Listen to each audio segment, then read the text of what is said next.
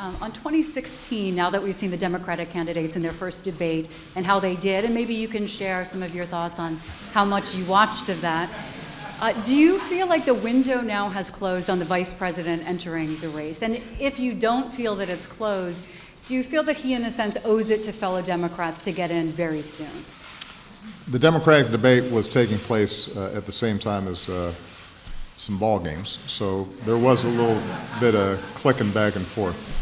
I'm not going to comment on what Joe's doing or not doing. I think you can direct those questions to my very able vice president. The one observation I'll make about the Democratic debate was that those are all some very fine people. They share a belief in an economy that is working for everybody and not just the few.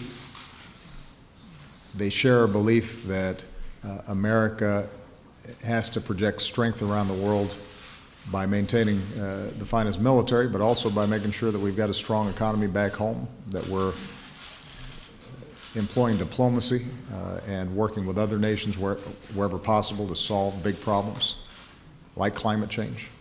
So what was interesting to me was the degree to which, although there's some very real differences among the candidates, and I'm sure those will emerge, and there may be, for each candidate, some differences with my administration, overall, we very much share a vision of an economy that works for everybody and effective pursuit of America's national security through all the tools that are available to us.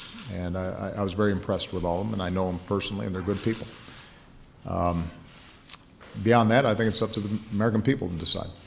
And so I will have a vote like everybody else as a citizen, and that ballot's private, and I don't have to share my views about that right now because I think it's important for the American people to make up their own decision. So you don't think it's too late for the vice president to get in? I think that the vice president, like every other candidate, makes their own decisions about these issues, and they'll have to figure out whether it makes sense for them.